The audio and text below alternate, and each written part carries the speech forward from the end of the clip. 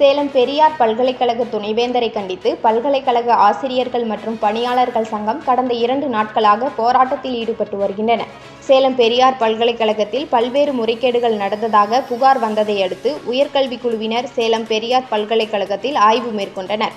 பின்னர் பதிவாளர் தங்கவேலு பல்வேறு முறைகேடுகள் செய்தது தொடர்பான அறிக்கையை அரசுக்கு வழங்கினர். இதையடுத்து பல்கலைக்கழக பதிவாளர் தங்கவேலுவை பணியிடை நீக்கம் செய்ய உத்தரவிடப்பட்டது. ஆனால் அவரை பணியிடை நீக்கம் செய்யாமல் துணைவேந்தர் ஜெகநாதன் காலம் தாழ்த்தி வந்துள்ளார். ஊழல் குற்றச்சாட்டுகள் மற்றும் பல்வேறு முறைகேடுகளில் ஈடுபட்ட பதிவாளர் தங்கவேலு பணியிலிருந்து ஓய்வு பெற்ற நிலையில் அவருக்கு துணைப்போன துணைவேந்தரை கண்டித்து பல்கலைக்கழக ஆசிரியர்கள் மற்றும் பணியாளர்கள் சங்கம் கடந்த 2 நாட்களாக போராட்டத்தில் ஈடுபட்டு வருகின்றனர். மேலும் பணி ஓய்வு பெற்ற அவருக்கு பாராட்டு விழா நடத்தி புறவாசல் வழியாக அனுப்பி வைத்ததாக துணைவேந்தர் மீது குற்றம் சாட்டினர்.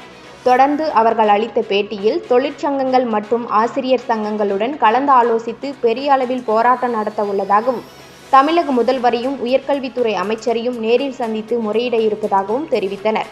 மேலும் ஒரு IAS அதிகாரியை பெரியார் பல்கலைக்கழகத்திற்கு நியமித்து துணைவேந்தர் மற்றும் பதிவாளரின் ஊழலை முறைப்படி விசாரிக்க வேண்டும் என்றும் கோரிக்கை விடுத்துள்ளனர்.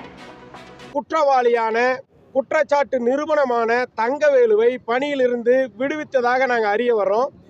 எந்த புறவாசல் வழியா ஓடினார்னு தெரியல.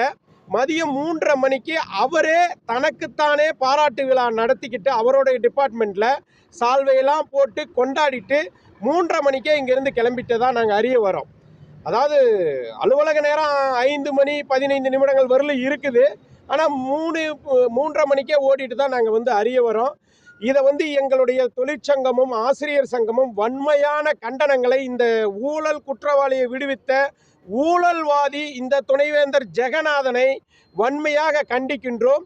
இன்று இந்த ஆர்ப்பாட்டம் முழுக்க துணைவேந்தர் ஜெகநாதனை கண்டித்து தமிழக ஒரு அரசனுடைய உத்தரவை மதிக்காமல் உயர்நீதிமன்றத்தின் ஆணையினை மதிக்காமல் மக்களாட்சி தத்துவத்தையே குழி தோண்டி புதைத்து ஒரு மக்களால் தேர்ந்தெடுக்கப்பட்ட அரசு அளித்த ஒரு ஆணையினை மீறி தன்னுடைய மன்னாதி மன்னனாக நினைத்து கொண்டு ஒரு ஊழல் குற்றவாளியை இன்று பணியிலிருந்து ஓய்வு பெற அனுமதித்திருக்கிறார்.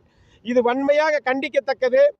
இது குறித்து மீண்டும் எங்களுடைய இன்றைய போராட்டத்தை முடிவுக்கு கொண்டு வந்துவிட்டு அடுத்த கட்டமாக தமிழ்நாடு அரசுக்கு கோரிக்கை வைக்கும் விதமாக மிகப்பெரிய போராட்டங்களை முன்னெடுக்க தமிழ்நாடு முழுவதும் ஆதரவை திரட்ட இருக்கிறோம்.